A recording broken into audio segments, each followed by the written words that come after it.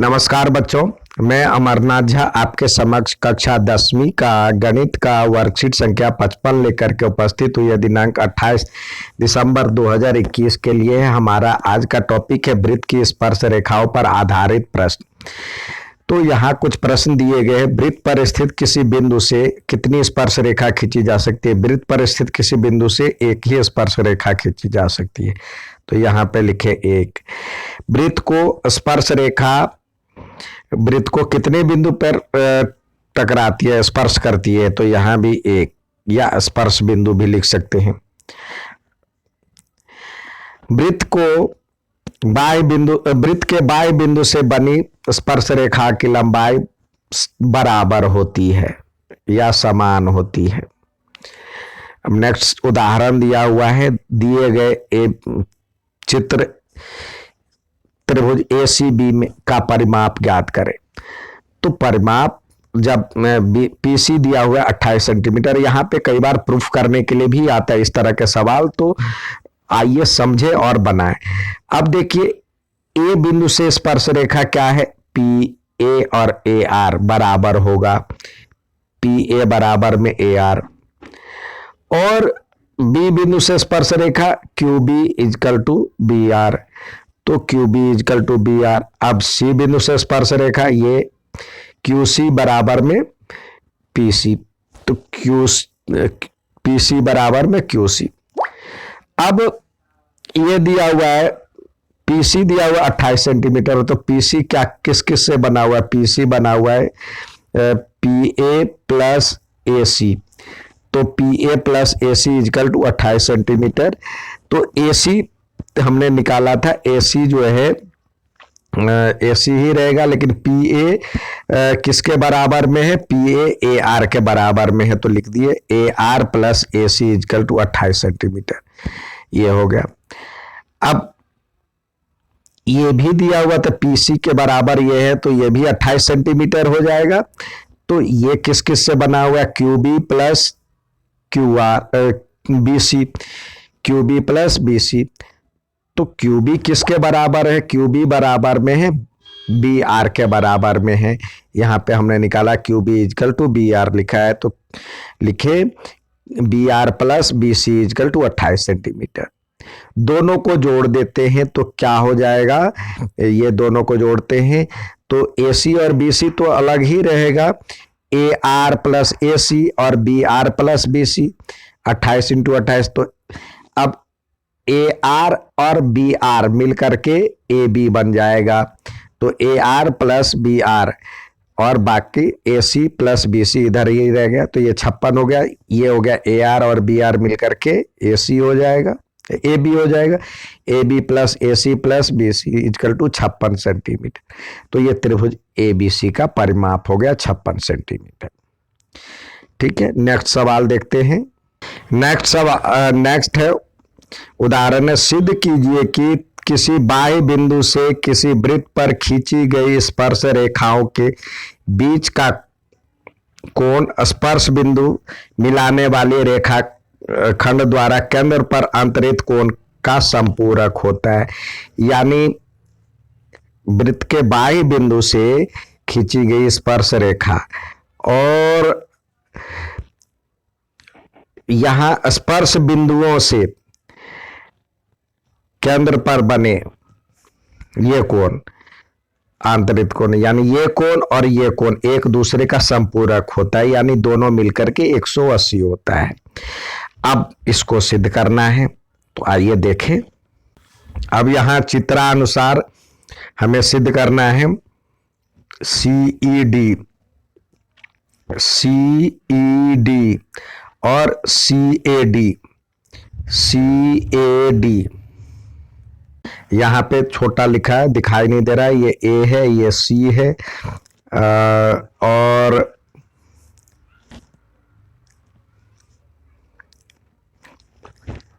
ये D है और ये E है। ठीक है, तो हमें सिद्ध करना है CED यानी ये कोण और CAD यानी ये कोण, दोनों मिलकर के 180 होता है। अब देखिए, हम जानते हैं जो कि ये कोण जो होता है 90 डिग्री होता है, एक दूसरे पे लंब होता है। तो क्योंकि वृत्त की त्रिज्या तथा स्पर्श रेखा स्पर्श बिंदु पर लंब होती है, अतः ए सी ई यानी ये कोण और ये कोण 90 डिग्री होगा। अब चतुर्भुज है, ये चार भुजा हो गए, तो चतुर्भुज के सभी कोणों का योग क्या होता है? 360 होता है। तो यहाँ पे लिखा ए सी ई यानी सारे कोण को लिख दिया, ए सी ई ए डी और ए सी ई डी और सी ए डी बराबर में 360 डिग्री। तो ए सी ई और ए डी ई 90 डिग्री है, तो ये लिख दिया, और ये दोनों रह गया बराबर में 360 डिग्री। तो अब ये आकर के ये 180 हो गया। तो सी ई डी और सी ए डी बराबर में 360। तो इस प्रकार सी ई डी और सी ए डी ये 180 इधर आके घट जाएगा, तो ये हो जाएगा आपका 180 डिग्री। तो यही आपको सिद्ध करना था। तो ये कई बार आपको सवाल में पूछे जाते हैं, तो इस तरह आप ध्यान रखें। यहाँ पे जो कोण कई बार यहाँ पे दिया रहता है, तो यहाँ पे छोड़ा रहता है, तो इस दोनों का जोड़ हमेशा 180 रहता है। ठीक है, नेक्स्ट देखते हैं। नेक्स्ट दिया हुआ दिए गए चित्र में डीओबी और ओडीसी ज्ञात करना है। तो देखिए इसको ध्यान से देखें। इसमें क्या है, आप जानते हैं जो कि ये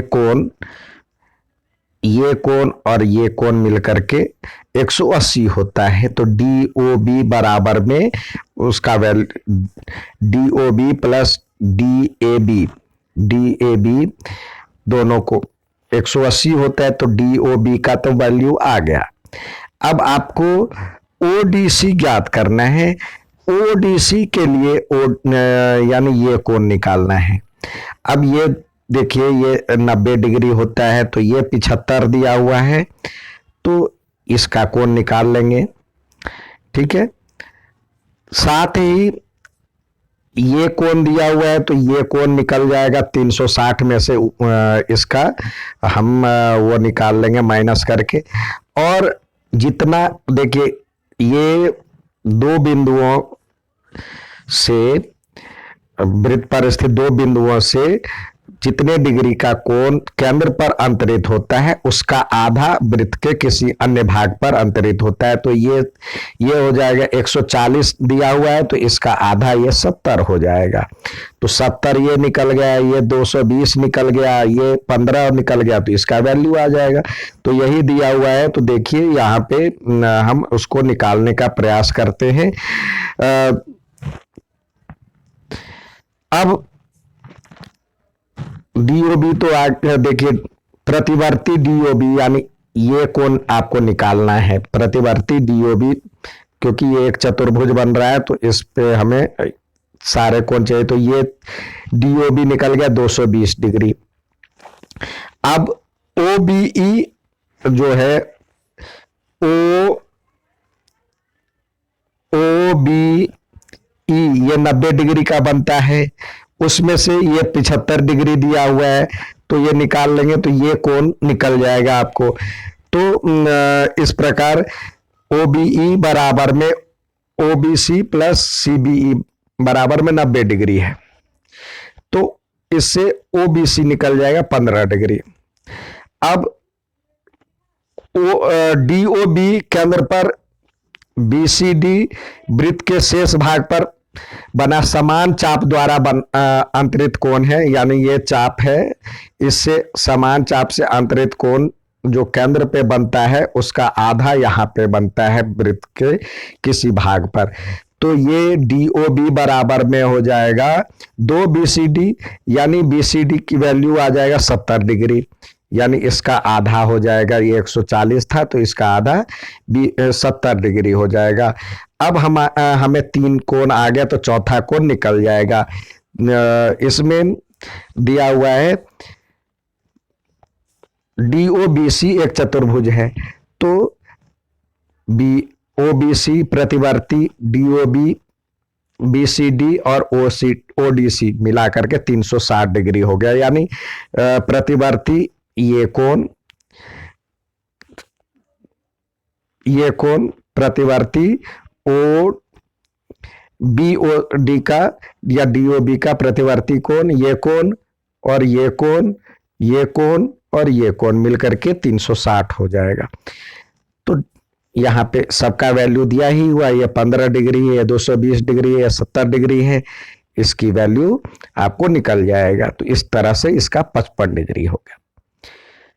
अब आइए स्वयं प्रयास कीजिए के तहत आपको सवाल दिए गए हैं, तो आइए सवाल को हल करें। पहला आपको दिया हुआ वृत्त में सी वृत्त का केंद्र है, तो एम का मान ज्ञात कीजिए। तो ये और ये मिलकर के 180 डिग्री बनाता है। तो ये लिखे m प्लस 3m, यहाँ पे डिग्री में लिखा हुआ है, तो बराबर में 180। तो ये हो जाएगा 4m 180 degree, 4m degree is equal to 180। तो m डिग्री बराबर में 180 डिग्री अपॉन में 4, तो 4 से काटेंगे तो ये हो जाएगा 45। तो डिग्री से डिग्री हट गया, तो m बराबर में 45 हो गया, m का वैल्यू 45 आ गया। नेक्स्ट सवाल देखते हैं। नेक्स्ट सवाल है, दिए गए चित्र के लिए x का मान ज्ञात कीजिए। तो देखिए यहाँ एक ही बिंदु से खींची गई स्पर्श रेखा है, यानी ये और ये बराबर होगी। एक बिंदु से खींची गई स्पर्श रेखा की लंबाई बराबर होती है। तो यहाँ पे दिया हुआ है x plus 10 equal to 2x minus 1। तो x वाले एक साइड और बिना x वाले एक साइड ले आएंगे, तो ये हो जाएगा 1 प्लस 11, ये माइनस था तो इधर प्लस आ जाएगा, और ये हो जाएगा 2x माइनस x। तो इस तरह से ये हो गया x और ये हो गया सॉरी ये 10 था, तो ये हो जाएगा 11। तो x का वैल्यू हो जाएगा 11, x बराबर में 11। नेक्स्ट सवाल देखते हैं। दिया है जो कि 6 सेंटीमीटर त्रिज्या वाले वृत्त पर दो स्पर्श रेखाएं एक दूसरे के साथ 120 डिग्री पर कोण बनाती है, तो सिद्ध कीजिए कि स्पर्श रेखा की लंबाई इतनी होगी। तो देखते हैं, इस तरह से यह बना है। तो यह दिया हुआ, इसकी त्रिज्या दी गई है 6 सेंटीमीटर, ये भी 6 सेंटीमीटर, और स्पर्श रेखाएं एक दूसरे को 120 डिग्री कोण बनाती है। इस तरह से आ गया है। देखिए ये 6 सेंटीमीटर त्रिज्या वाले एक वृत्त पर दो स्पर्श रेखा है, ये 6 सेंटीमीटर है और ये 120 डिग्री का कोण बना रहा है। तो हमें कह रहा है त्रिज्या की लंबाई ज्ञात करने के लिए।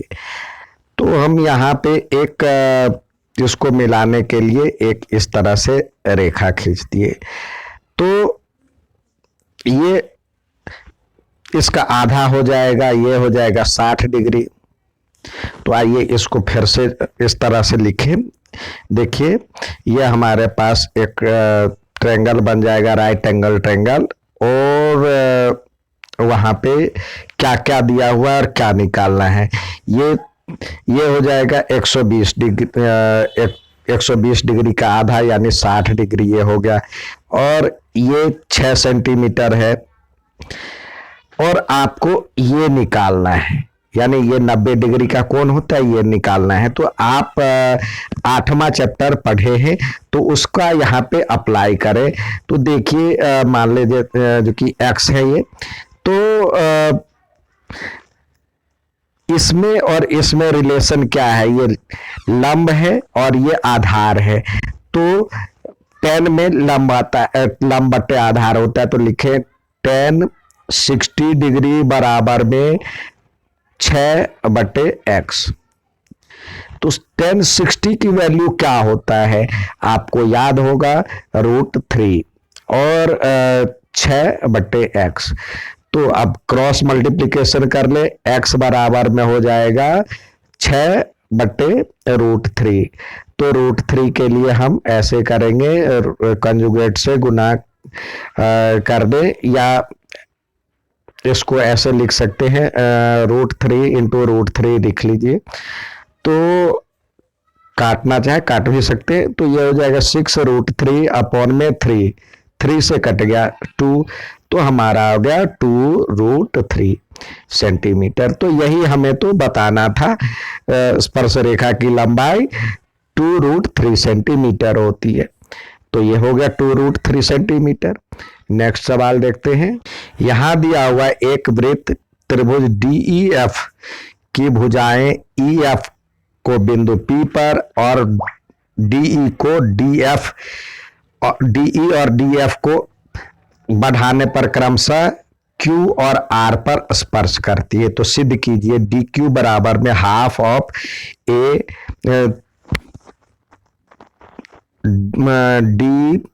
DEF का परिमाप। तो इसको फिगर में बनाए, इस तरह से बना। देखिए एक त्रिभुज है DEF, यानी आपके सामने ये त्रिभुज है DE और F।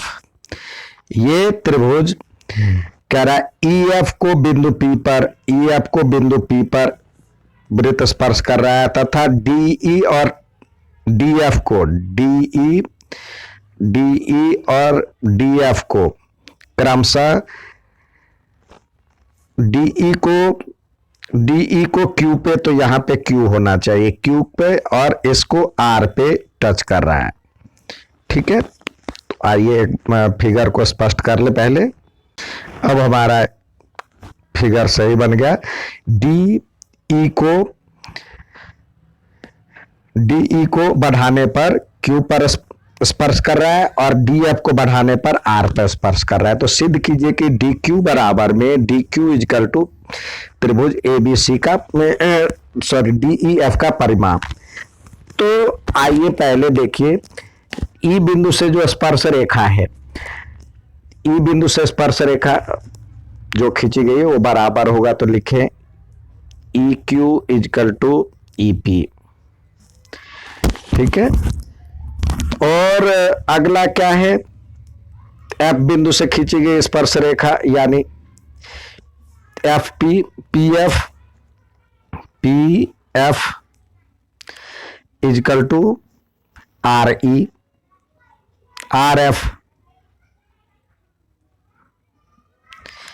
और D से खींची गई स्पर्श रेखा DQ बराबर में DR। ठीक है, अब हम चलते हैं इसमें DQ बराबर में क्या हो जाएगा, DQ बराबर में DP, ये जो है DE प्लस EQ, और DE किसके बराबर में है, DE तो DE के बराबर में ही है, और EQ किसके बराबर में है, EQ है EP के बराबर में। ठीक है, ये हो गया। अब इसको इक्वेशन 1 मान लेते हैं। अब चलते हैं DR बराबर में ये DQ और DR बराबर दिया हुआ है, तो हम लिख सकते हैं DR के लिए DF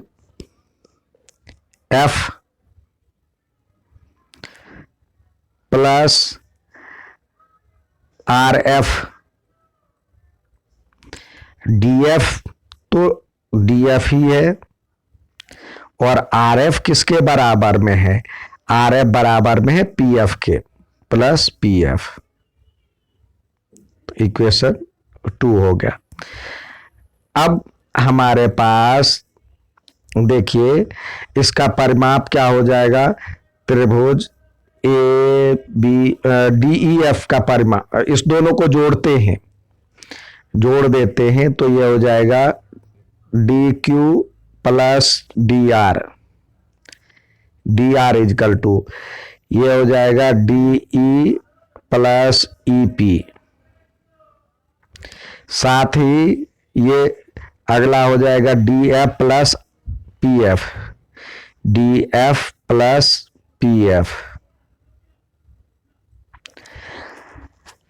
अब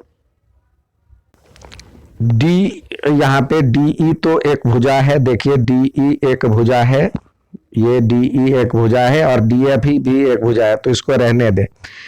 और ये डी क्यू और डी क्यू ये दोनों बराबर है, डी क्यू बराबर में डी आर है, यहाँ पे है, तो लिख सकते हैं D Q equal to D Q, यहाँ पे D Q plus D Q, और ये डीई और प्लस ईपी के बदले देखिए ईपी और पीएफ, ईपी और पीएफ को इकट्ठा जोड़ देते हैं, एक ब्रैकेट में रख देते हैं EP plus EF, EP plus PF, और डीएफ अलग है, तो ये हो जाएगा 2DQ, 2DQ बराबर में डीई और प्लस ये ईपी और पीएफ, देखिए क्या हो जाता है, ईपी और पीएफ, ईपी और पीएफ मिलकर के ईएफ बन गया, तो यहां पे लिखे ईएफ, ये डीक्यू है, तो ये हो जाएगा ईएफ प्लस ये हो जाएगा डीएफ, तो यही तो परिमाप है, तो ये हो गया त्रिभुज डीईएफ का परिमाप,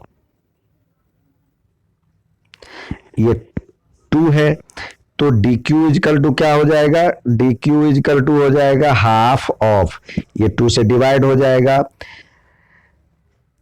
त्रिभुज डीईएफ का परिमाप। ये था आज का वर्कशीट, उम्मीद है समझ में आया होगा, अच्छा लगे तो लाइक और सब्सक्राइब जरूर करें, धन्यवाद।